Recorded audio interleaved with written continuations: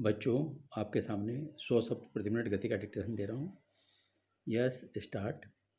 Police जातियों के जितने मामले 3.5 घंटे की बहस के दौरान सदन में प्रस्तुत किए गए, वे अपने आप में पुलिस की कारगुजारियों के प्रमाण पत्र हैं।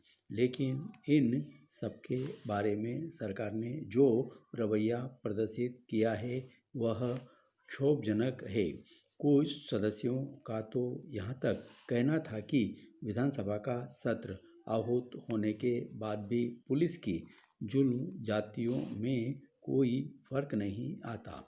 इसका सीधा साधा अभिप्राय यही है कि पुलिस अब आलोचनाओं और टीका टिप्पणियों से नहीं घबराती है।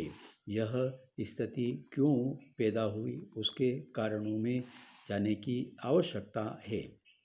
ऐसी भी घटनाएं सामने आती रही हैं जिसमें उत्पीड़न के भय से जातियों के शिकार या तो अपने बयान बदल लेते हैं या कोई शिकायत ही नहीं करते।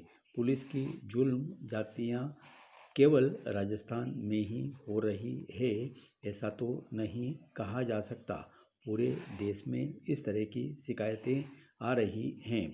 देश में मानवाधिकारों की सुरक्षा का दावा सरकारें करती आई हैं, लेकिन सच्चाई इसके विपरीत है। वास्तव में इन समस्याओं को राष्ट्रीय समस्या मानकर इन पर गंभीरता से विचार करने की आवश्यकता है।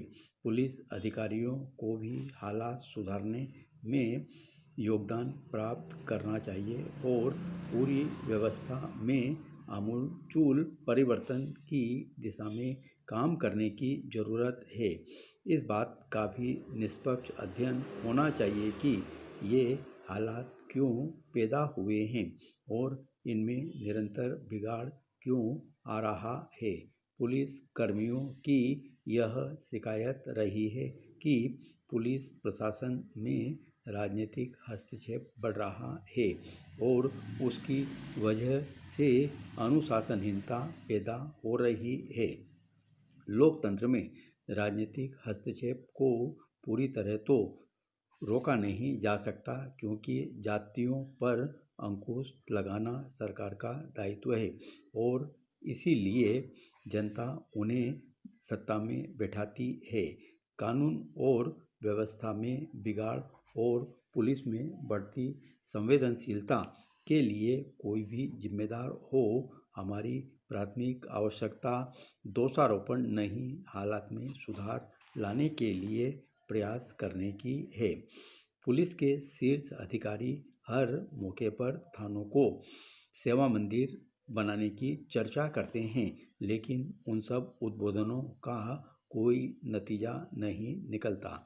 ऐसा भी नहीं कि सरकार में कोई राजनेता और वरिष्ठ पुलिस अधिकारी इन कमजोरियों को नहीं जानते हों, लेकिन वे आश्वासन देने के अलावा हालात को सुधारने की दिशा में कोई ठोस और कारगर कदम नहीं उठाते। पूरे देश की पुलिस व्यवस्था में बदलाव लाने की आवश्यकता है। जनता में पुलिस के प्रति विश्वास पैदा करने की ज़रूरत है। यह तभी हो सकता है जब पूरी व्यवस्था में परिवर्तन लाने के प्रयास किए जाएं। काम कठिन है और समस्याएं जटिल हैं, लेकिन सुधार लाना, पुलिस व्यवस्था को संवेदनशील बनाने की दिशा की जिम्मेदारी आखिर कौन निभाएगा?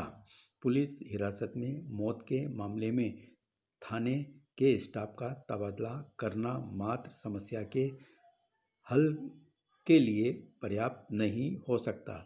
इतने गंभीर अपराध के लिए तबादला कोई सज़ा नहीं हो सकती। हमें तो पूरी मानसिकता को बदलने का प्रयास करना होगा।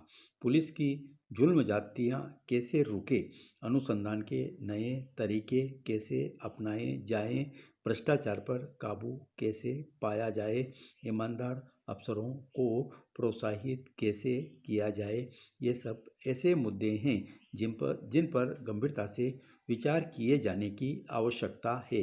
क्या सरकार इस दिशा में सक्रिय होगी? धन्यवाद।